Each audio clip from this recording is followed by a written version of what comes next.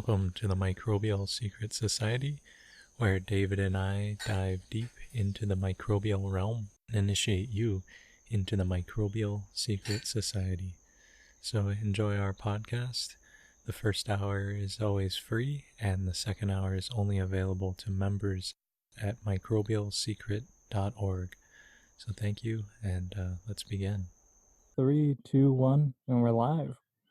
We're live on another episode of the Microbial Secret Society podcast. Yeah, so this is episode number 13, which is a sort of esoteric number. Yeah, 13. A little bit of a esoteric number. Is that because it breaks down to 4? Well, I don't know. You're the numerology expert on this show. So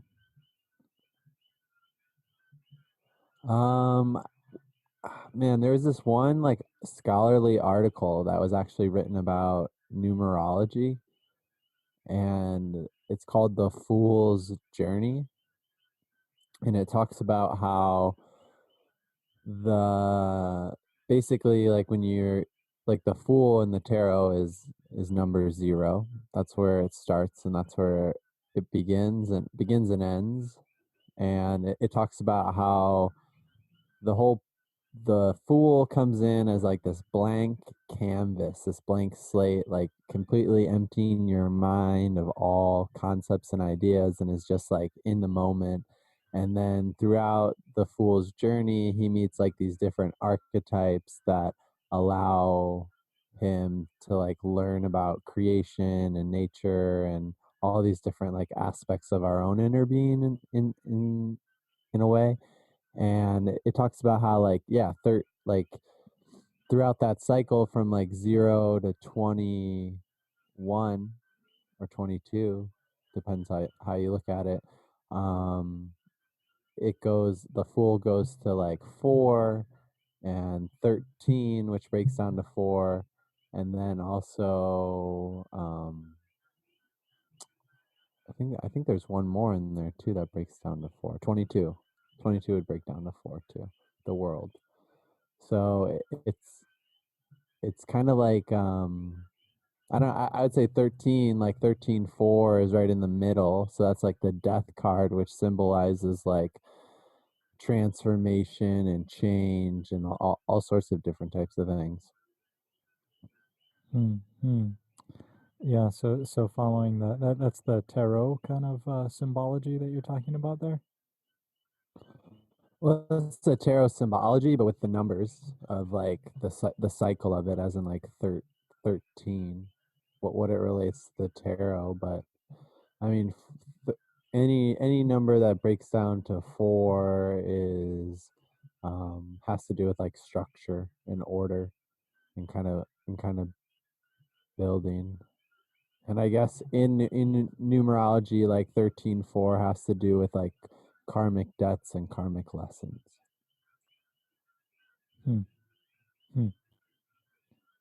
Well, hopefully this will translate into a good episode, because I know four in Hawaiian is kind of like number of truth.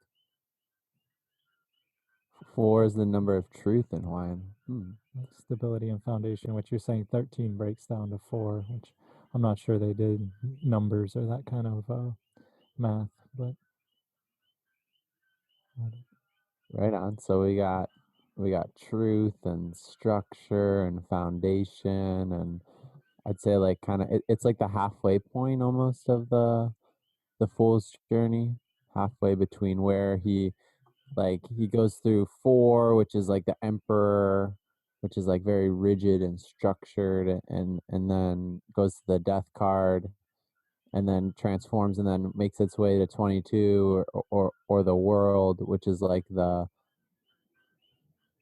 full circle effect. And then it talks about how the fool then, when he reaches like the so-called enlightenment throughout the deck or throughout the major arcana, then he goes back to the void where he actually came from, but with this time with like more knowledge, I guess, of self. Mm, mm, mm. Yeah, the nothing turning or going through all life and returning back to nothing, kind of the 1-0 effect of the universe. No. Yeah, but they definitely emphasize that like it's not necessarily nothing in the sense that like you still have like all those accumulated like experiences and things in that way. Yeah, that's an interesting one. Yeah, the fool's journey all the way through.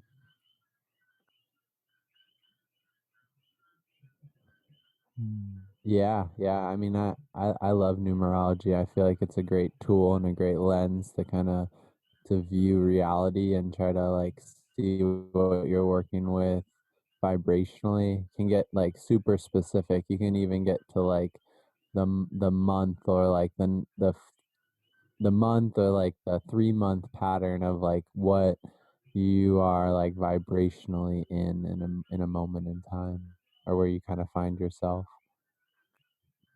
Hmm.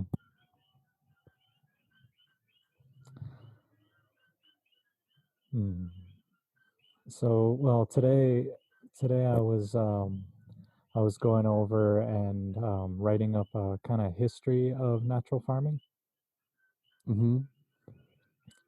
And so, yeah, kind of reminiscent of that, kind of going through a part of the journey, and then just time to look back and one of the ways I was building this timeline was just by looking at my YouTube.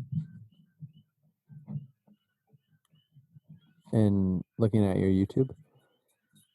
Yeah, so my YouTube studio account has a a listing of all my videos that I have there. Yeah, And and you're able to kind of see like from the beginning, from when you first started posting to like now. yeah, which is nice that it's kind of chronological like that. Like I can literally kind of scroll back to where, things began for me in a certain sense. Where did they begin for you? Well, so I started by saying on this timeline I was writing, I started by saying, um, natural farming is very old. It's ancient. Yeah, maybe that's even a better way of saying it. Like natural farming is ancient. So to like write a history of natural farming or like to trace the roots of it is, like somewhat of a impossibility.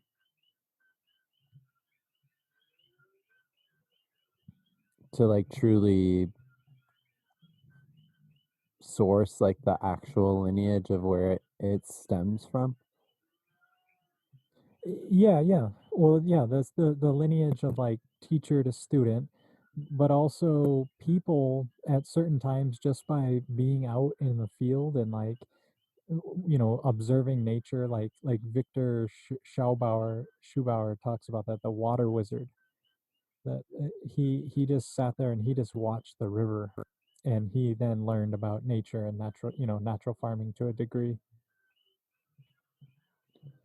So just by observing the cycles in nature around us, we can tune into the holographic nature of how nature tries to or reveals itself. Yeah, yeah, yeah, and seeing it from a new perspective with a new idea, and basically kind of adding a new vocabulary or defining something that you observe.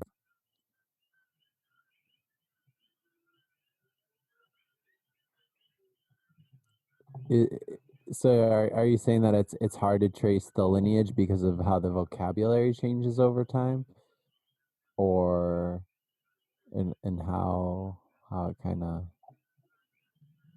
is spread? Well, the vocabulary is one thing for like ease of use, but I think certain aspects, like certain observations, phase in and out of your awareness.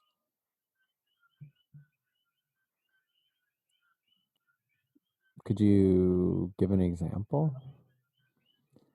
Yeah, so if I'm looking at this, I'm looking at the soil or the land around my house, and I'm Mm-hmm. noticing through a biological lens the health of the land,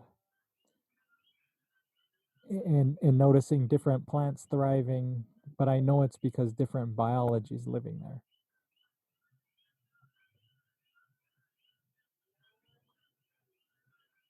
So just by observing what may be growing differently in an area, you can make the conclusion that there'd be different biology growing at different places. Mm-hmm. Yeah, but like a chemist would go out there and they would test the soil in different areas to determine the fertility.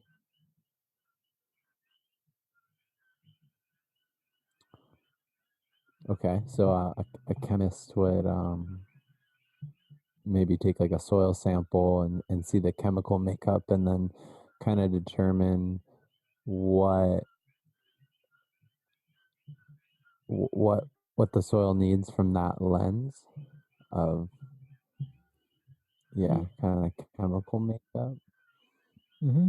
Like analyzing the soil and finding out how much, nitrogen, how much energy resonates in the soil as nitrogen or available nitrogen in the compounds they're looking for, like the energy profile of that.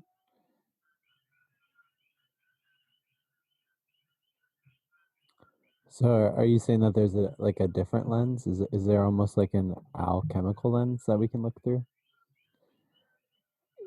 In a certain sense, an alchemical lens would be a way to describe it, but I'm looking at the land and I can tell you the fertility not by knowing the chemical makeup or running it through a machine, Mm-hmm. but instead tuned into a different frequency, which is like looking at your weeds.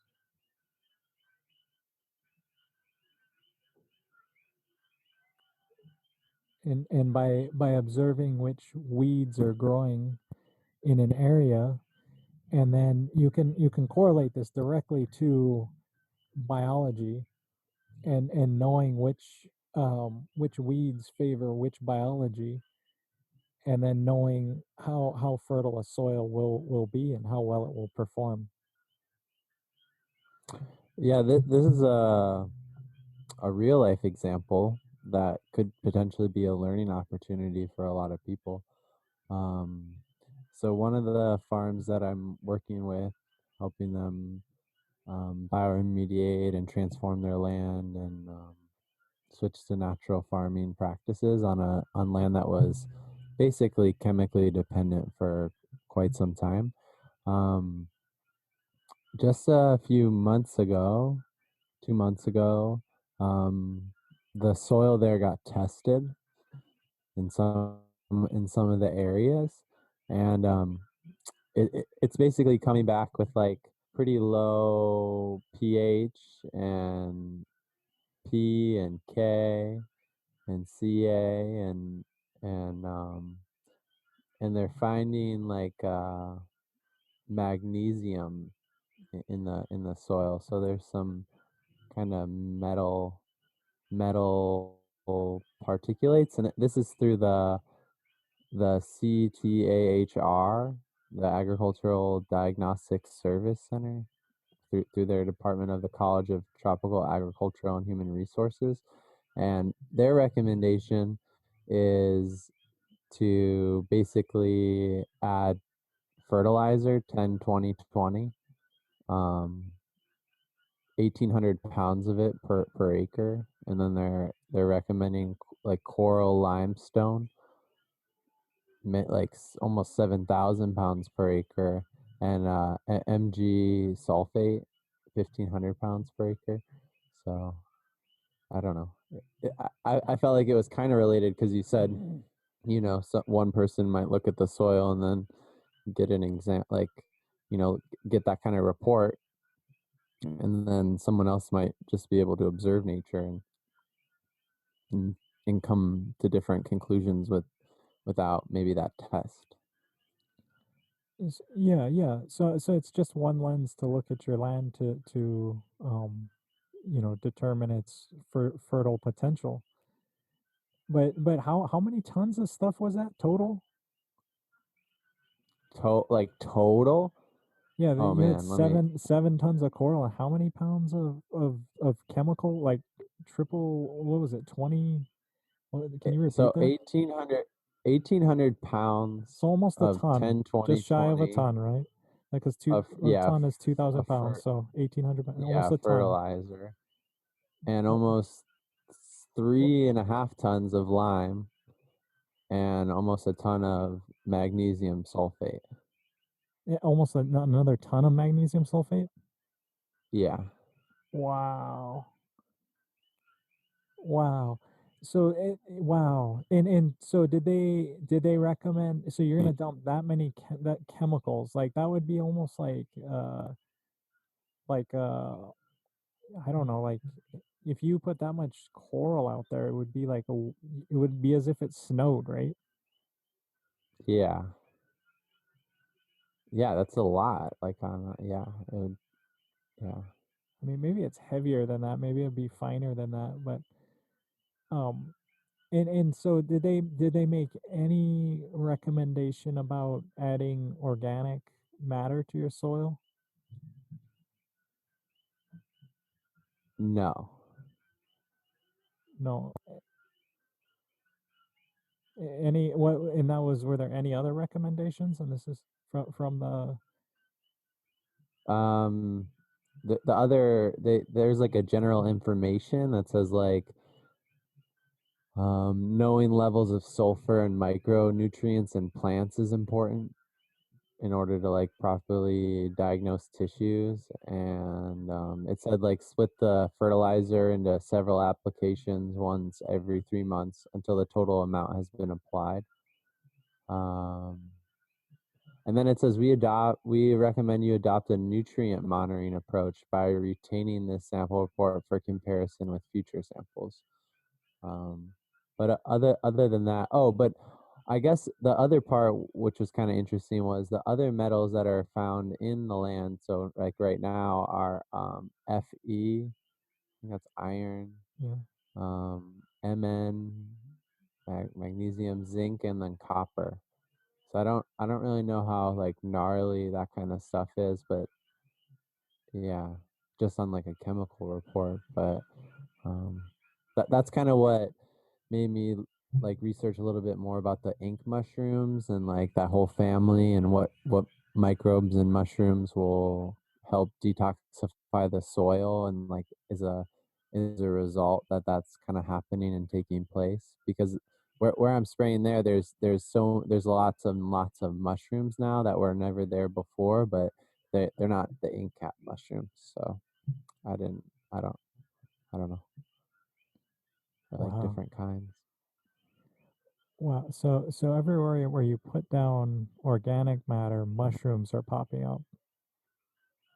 Even in spots where there's not organic matter, even in like the place of the soil where it's just been like kind of tilled, and and there's just like grass or something, and then you'll just have like mushrooms popping up right on the bare soil too. But definitely everywhere where you're putting organic material down, and seeing that. And then there was this one spot where it was like the top of the the farm, like kind of the top place, and where they were growing like commercially in the past like turmeric for a long time, and there was still kind of like turmeric.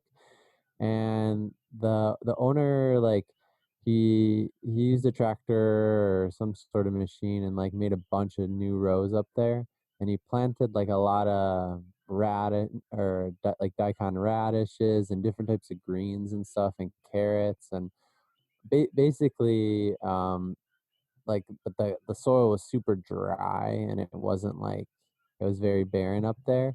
So kind of sprayed it continuously and continuously for a few months, and the crop did okay. It didn't really grow that well, but what was kind of crazy is that now what's growing there is sun hemp, and that wasn't planted there. but now it's become like the majority of what's growing, where it used to be like kind of gnarly cane grass or just like, yeah, interesting kind of stuff. So I mean, I'm definitely like observing like the remediation process happening. I'm just curious how long it takes for like a soil sample and things like that. And then I guess it just depends on, where that soil was sampled and all those different types of things. Well, the other thing about the soil sample type of method, like the chemistry type of method, where it's recommended about changing the chemistry, because that's really what that report was about, is Yeah. is that you can do soil sampling as one thing, but then you can also do tissue sampling of your plant itself. And then that they'll be able to determine like what nutrients are like abundant or what are maybe lacking based on like a tissue sample. Right, right. So they can take like a leaf of your plant and they can say, oh, okay, it's deficient in this or that, or abundant in this. Which you usually what happens is there's one deficiency in something, and it ties a bunch of other things up, or there's an overabundance of something that then ties other things up. Is usually what happens in plants. So through tissue sampling, they can detect that. Is that going to be more accurate? Well, so what's been found is that by using natural farming, you can Yeah. have a deficient soil where you can do that chemical report that you just did, where they recommended like tons and tons of things, Yeah. and instead of that, you can do natural farming, where instead what you're doing is you're spraying liquids, which for your your things like a half acre, quarter acre. How big's the orchard? Oh, the orchard there? Um I'm not sure. Probably around like a half acre. I actually sprayed it this evening and or this like late afternoon, and it was about 45 gallons for that, and then kind of like a better like some of the surrounding beds, and then some plants that are in the some starts that are in the nursery.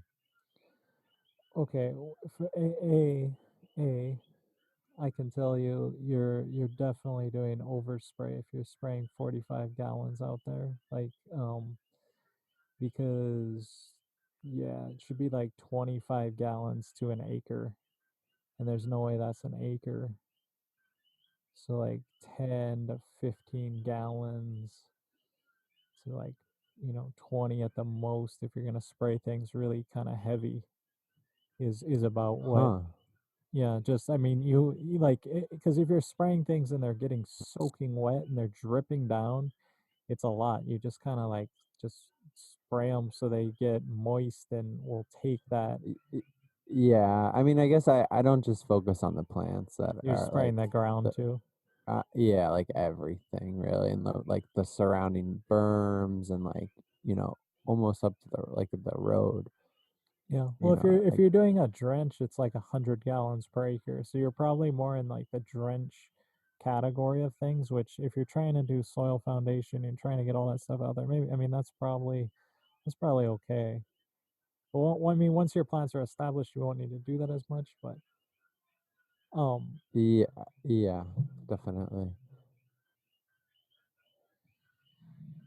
yeah.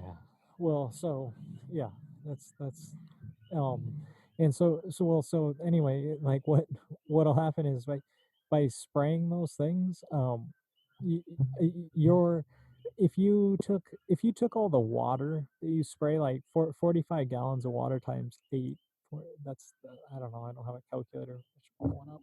Let's see. 45 times 8. I should be able to do that in my math. It's 360. So each time you're spraying 360 pounds of water out there. But If you take that and you divide it by 500 or 1,000, because we're diluting 1 to 500 or 1 to 1,000, you're not Yeah. you're not even putting a 1 pound of fertilizer out there. So each time you go and you spray, and if you spray 45 gallons, you're putting less than a pound of of fertilizer on the ground. You're putting like zero 0.8 pounds of fertilizer. So take that zero 0.8 pounds and then weigh that each time against their against the tons of stuff you were supposed to use with the chemical remediation way. And kind of compare it, I guess. I mean, they also give a price too, like an estimate. Well, not a price, an estimate. What's that? So so for 1,800 pounds of 10, 20, 20, it says you could get it for $324 per acre.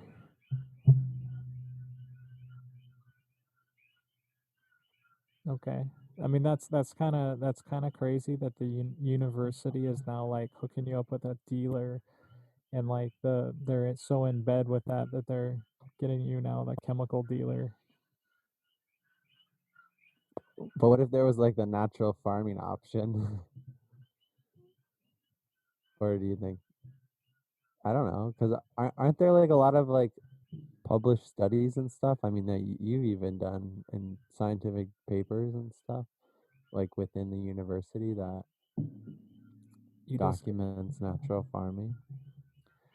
maybe go to that lab and ask them, and then quote them and give them your pricing chart.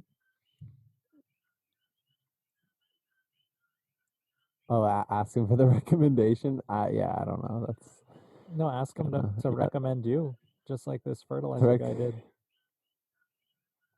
oh, I yeah. To kind of recommend it. I don't know. Give them your rates. Tell them, yeah, hit me up, call me up.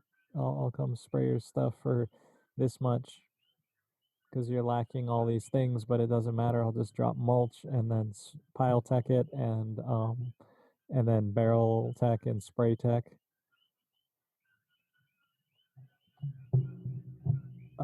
Yeah, yeah, yeah. That's a good.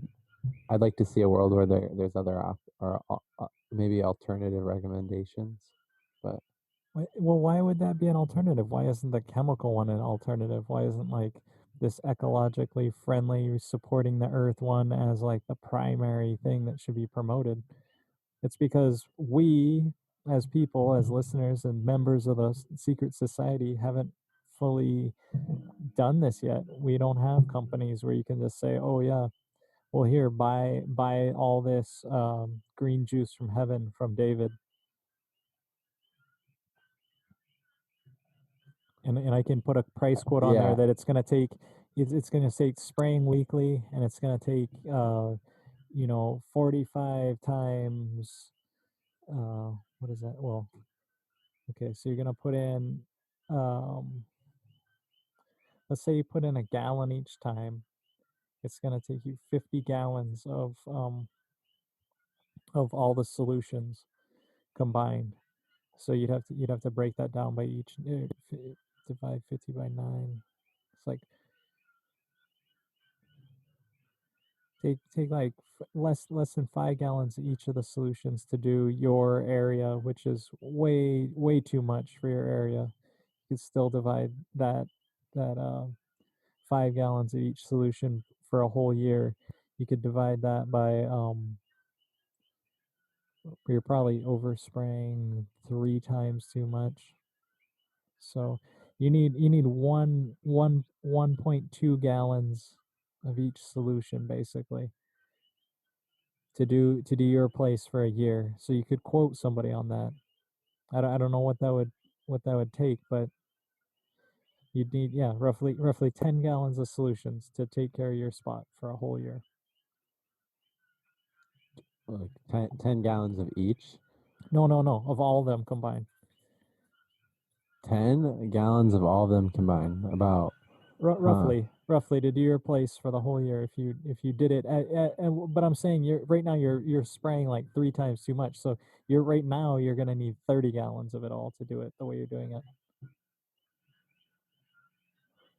Huh, because I'm spraying a little bit too much. Yeah, so of that you're probably going to need like 6 gallons of plant juice, 6 gallons of vinegar, whatever to do it for a whole year the way you're doing it right now. Huh. Yeah. But I mean that, but I mean that doesn't take that long to make that much solution.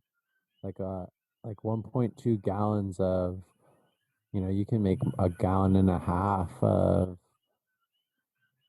fermented plant juice from like a 3-gallon fermentation. And then you're gonna get you're gonna get almost twice the amount of vinegar that from the plant material. And then yeah, so I don't even, yeah, I just believe that if that was the recommendation for someone, that it wouldn't, I don't know, it wouldn't take that much. But I guess in order for it to go to that scale where it was like recommended, would you just have would you have like one person who just solely focused on like fermented plant juice, and then like one person that focused on, say, like another solution? Or do you think there's actually a way to scale it where, there's, yeah, I don't know, just like, can natural farming meet the commercial demand? well, that's the billion trillion dollar question that is looming out there. Can natural farming meet the world's demand? And specifically, can Korean natural farming meets the world's demand? And that the answer is yes.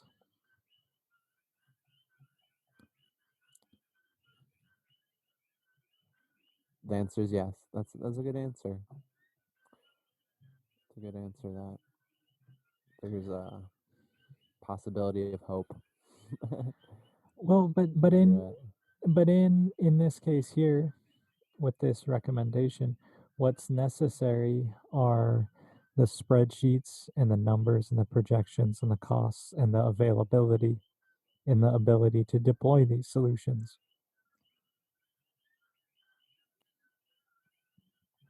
Yeah, If basically like the spreadsheets of it. one solution is what we're doing, like KNF, like Cho style KNF, with 9 vital solutions.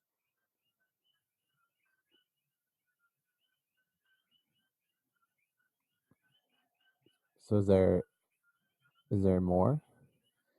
Well, another recommendation, because on this sheet you got a recommendation for chemical, and then we figured out what it would cost. Like basically you're gonna need 30 gallons of KNF solution, so you'd have to value that. Can you make that at the same price that the guy is selling the calcium and the the magnesium or whatever else you were gonna say you're gonna put down on that? Well, yeah, I All mean, those chemicals. maybe. Can you meet that same price point to sell him KNF solutions?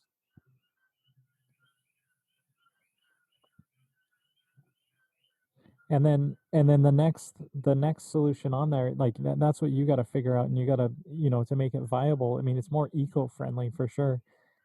And then I think the other solution to include on there is and the reason I said yes,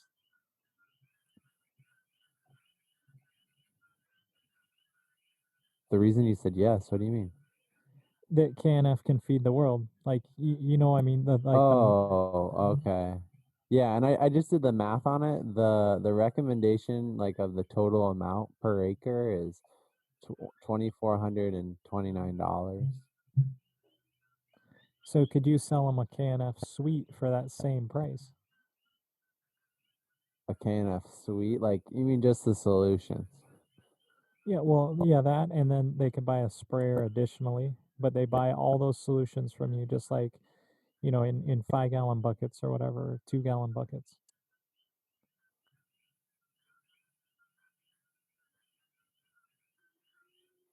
That's an interesting. I think without looking at it, I would say yeah, definitely, because I know that you can make the solutions for like 1 acre for a year for about like $360 So for roughly. $1 a day, uh, you can KNF. It's cheaper than Yeah, coffee. it's cheaper than coffee. Huh. So these numbers, hopefully someone's taking notes because we can write these down. These are good I'm things. taking notes. Okay. But yeah, so someone's taking notes. But yeah. Okay, so the I, lot. I mean, yeah. I mean, your starting costs for KNF are what? Like you can get like a bag of rice, like 25 pounds for like $20. And then you need like 100 pounds of sugar. That's like $100, and then 12 gallons or 13 gallons, like 12 gallons of vinegar, or not vinegar, sorry, vodka. And then you need, the dry herbs, which I don't know, maybe like maybe that's like $40. And then the turmeric or ginger or garlic, those it's probably like 30 or $40, 20 or $30.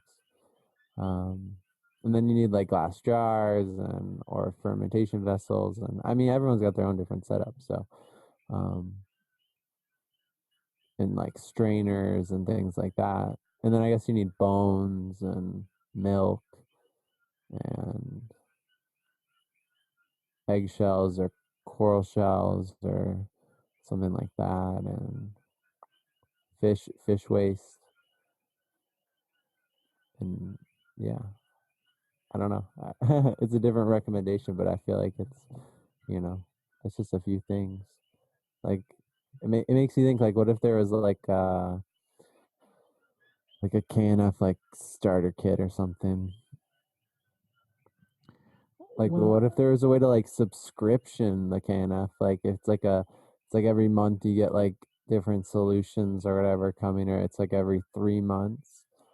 And then I don't know. The starter kit could just be like some rice, like a natural fiber box, some maybe some sugar, some like a jar, rubber bands, like labeling material, things like that. I think that's a great idea. I A think compass. one of the starter kits for most people is just already made IMO2, like seed IMO for their region. It's, from their local native forest. It's a ready-made 3-month supply of KNF police. It's a 1-year supply of KNF cleanser, food, structure, reproduction, all the solutions, and comes with a Maruyama sponsored signature Mr. Microbe sprayer. Signed with a little. It's shaped like a little microbe, and you fire it up, and it goes yippee.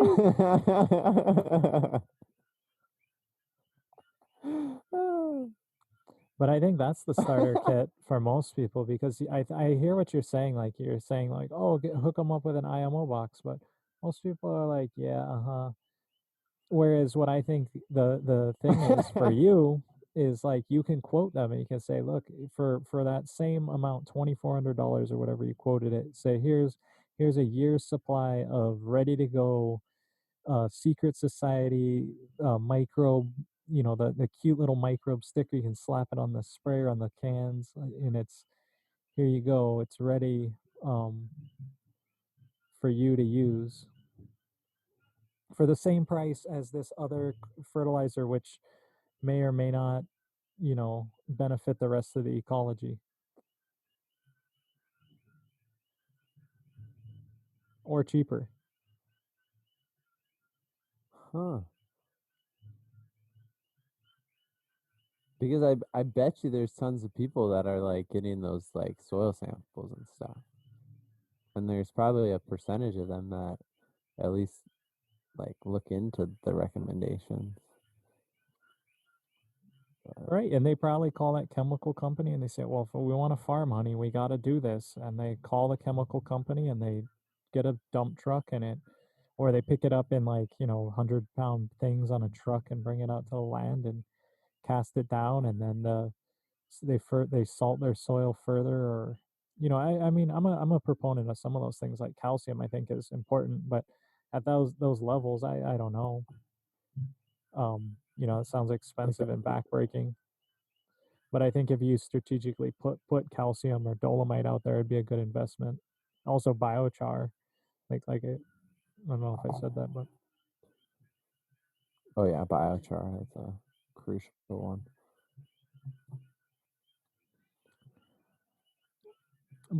so that's the other recommendation. And so if you can have Mr. Microbes microbial service, on there and say this is the other recommendation, call me, it works. Um, or the other one is disgustingly cheap microbes. Disgustingly cheap microbes like JLF and stuff, JMS.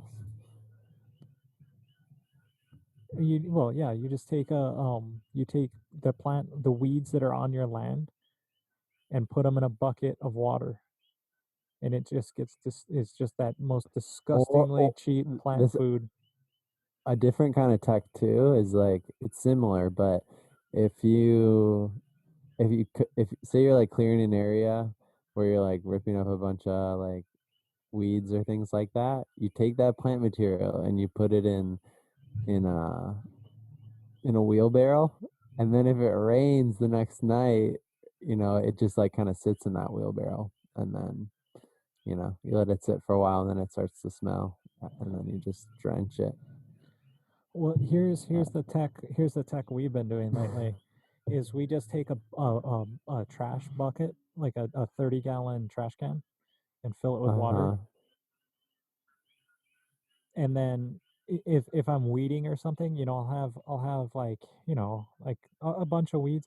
I'll just fill it with as many weeds as I can, and I just let it sit, and then I go and I dump in a little bit of KNF police, the lactic acid bacteria serum concentrate. Does it help with the smell pretty instantly? It does, but it's also like like it kind of makes like soda bubbles. Like it does a quick like lacto like kimchi sauerkraut ferment to the stuff. Hmm. And I leave it maybe 1 day to 3 days. Like the stuff like where I have like banana peels, and I'll put instead of the weeds. So the weeds is one of them. And then basically after 3 days it'll stink a little bit. And I just dump that out. Just drench that pretty much straight onto the plants. Where that bucket is or where that bin is, just right around there. Hmm. But I probably should dilute it a little bit more before when I dump it. But usually I dump it and it'll rain, so that's fine for me. Mm-hmm. So that basically cost me nothing. I took, instead of putting the compost in like a compost pile, put it in water You with got to get the lacto for a few days. you got to get the bin, and then but then yeah, the plant material's free, and then the water, depending on where people get their water. But Well, for me, the rest of those things are both free here. mm-hmm. Catchment water and the barrel I happen to already own, so it's not like it was free, but the cost is negligible after hundreds of uses. Yeah, definitely. So yeah, so that's the other recommendation that could be on there for anybody and everybody, is just like you know uh, try to accumulate as much leaf matter as you can, and then dump your your disgustingly cheap, make these foods, and then The other way is like to make disgustingly cheap microbes too. Just take the dirt and starch water, and um it was in the Master Cho's book.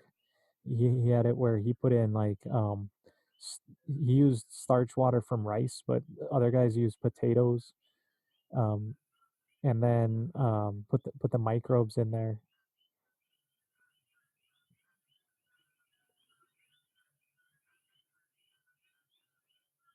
So yeah, so starch water from rice instead of potato, and then just took like leaf mold or leaf duff from from the forest, and then fed it. Yeah, what I've made it made the starch water from like white bread, like any starch. Like, and that's the thing. That's why I said natural farming. I said yes because that's like everybody has access to like a little bit of starch. Like even bananas would work. I'm looking at right over here at these bananas. Any I mean, Mm-hmm. not that anybody's in the tropics, but there's starches around. Yeah, yeah. So then that, yeah. But what what would the difference be, would you say, the results between just like like if someone did just the drenches and stuff with the disgustingly cheap microbes for a year versus like spraying and soil foundation and stuff like that? I mean, I think I think it's best like in my case here, I'm using the drenches on certain things like my banana patches, the fringe, what I call like the border zone, or like Mm-hmm. it's like the very edge of where I've cultivated to where it's like kind of grassy, Mm-hmm. and it's a zone. Where you could yeah, it's like a zone where you could like one day plant something, so you want to kind of like heal the soil there. Well, actually, I've planted beyond it. So I have like a fungal zone, fungus around my house and in my gardens, and then on the very fringes, I'm planting out like concentrically out, and on the Mm-hmm. fringes, I plant beyond that where the fungus has caught up, and like I said, I look at the ground, I look at the weeds that are growing to tell the fertility.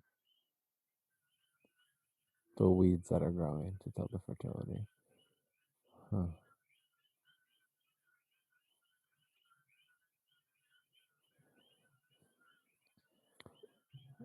So well, Yeah. so the drenching's on the fringe. But what I do on the inside of the garden is I spray, and I spray lightly, like I'm spraying 25 gallons per acre on the inside because it's a established fungal zone. But on the outside, I'm using those drench tanks. So what I'm doing is like a combination of disgustingly cheap natural farming on the very edges, Mm-hmm. and then like pure KNF, like the kind on the inside. Right on. Yeah. It seems to be working. But I mean that could be a recommendation for people. I mean the one benefit to the chemical one too was that it just said you had to put chemicals out every 3 months, which sounds pretty kickback and easy. Well, I don't know, man. Like one of them's like 3.5 tons. So that'd be like a ton. You'd have to put like 2,000 pounds or like almost every month or more. Or not every month, sorry, every 3 months.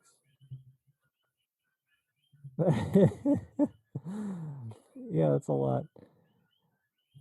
Yeah, But yeah, I that's still like that's the frequency is the important part. So it's like that's 3 applications versus 52 applications, right? For a year. yeah, if you're spraying weekly, it's 52 weeks. So odds are you're gonna take a vacation or something. It's probably gonna be actually 50 times spraying because doubt you'll do it every week, but maybe some people some people are voracious. Uh, So I think spraying is really healing sometimes. Like, man, like tonight, I really enjoyed it. It was like definitely much needed, and it's just like there's something to it whenever when you spray the plants. And Well, when I do it and I get onto the land, it's quite, yeah. I love, well, I like doing it on the tractor. We also have the on foot sprayer, but on the, yeah, I can cover so much area. It's nice to just drive around and spray things. I think one of the best things is to make it easy. yeah, making it much easier to like the everyone's got a different system and setup. You know, needs will be different, but yeah, making it easy to spray for sure.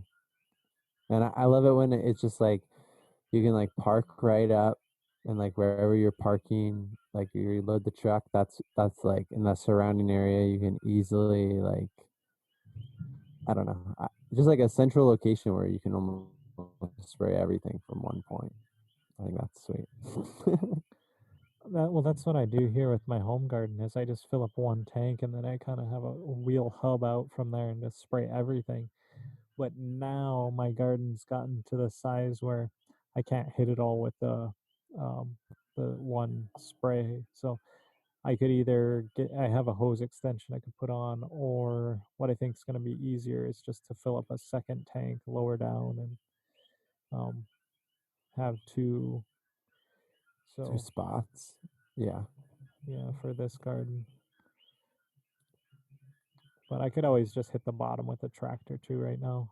Kind of I'm trying to set up the farm right, man. It's a lot to balance it all without a comprehensive plan before you start learning as I farm. It's good. Yeah, I mean, learn by doing, and it's kind of like, yeah, the present moment is allowing you to learn how to farm efficiently and correctly and stuff.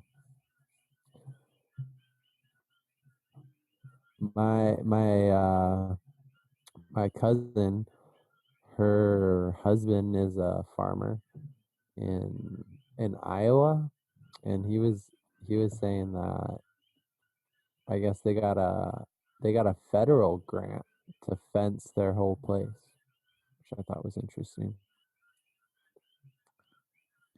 Yeah, I mean that's it. You in Korea they subsidize farmers and they pay them and stuff, and it's nice here where you can get like grants like NRCS, which is the USDA federal. It's probably USDA grant, right? I'm not sure, but maybe.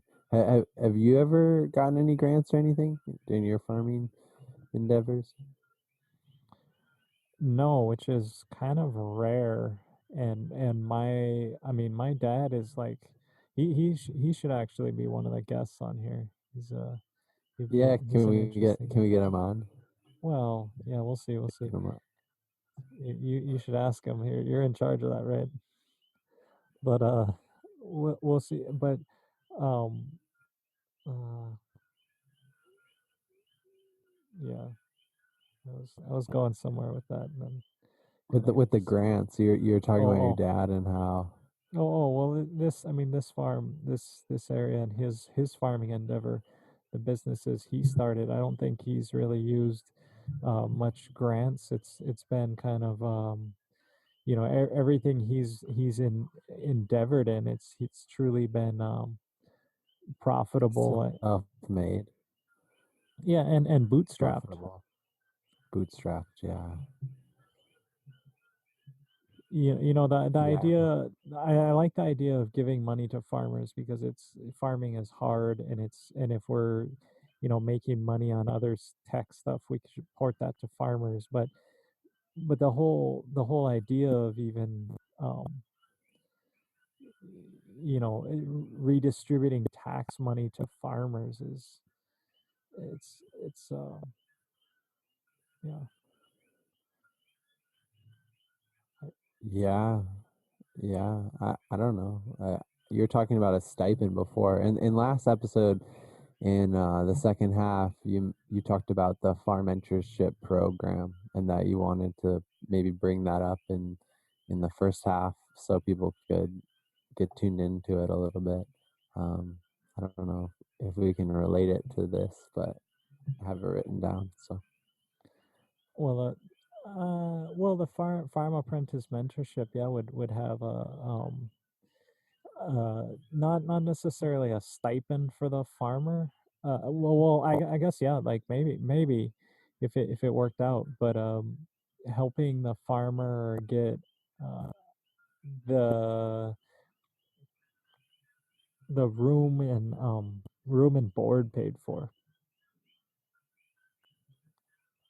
so that as a farmer, and maybe a bit of a stipend, so that as a farmer and a farmer teacher, you're not having to have a second job beyond maybe the teaching portion of it could be part of the income,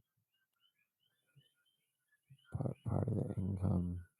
like, and even reimbursed in kind type of idea, like in kind reimbursement for the stipend. Yeah, yeah, that would. I think that would be a positive thing to have some sort of farm mentorship program where there's like a teacher and someone that's like learning about farming and regenerative practices, and then there's some sort of system that's in place that helps kind of like support that. Yeah, I mean, and I always sort of, I always believe in the free market, and in that this idea itself could and should be profitable in the world. And in fact, I mean, I have some folks that are coming here to take the training that I'm offering in November, January, and February coming up, and but and that they're paying money to be here, and it's well worth it for the training. I mean, it's intense. It's a lot of work to put on a week long course for everyone, and everyone has a great time and facilitating that. You took the training, right? Yeah, yeah, I've taken it, I think, several times. Yeah, can you speak to it a little bit? I mean, what it would like.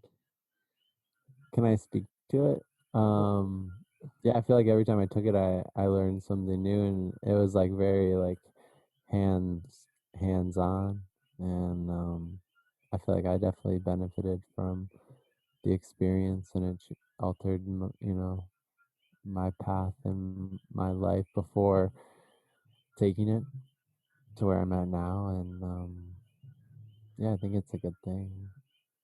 But uh, then, yeah, recognizing that it is a lot of work that goes into it, and then there's people from across the world that are seeing it, recognizing a value, and then willing to check it out.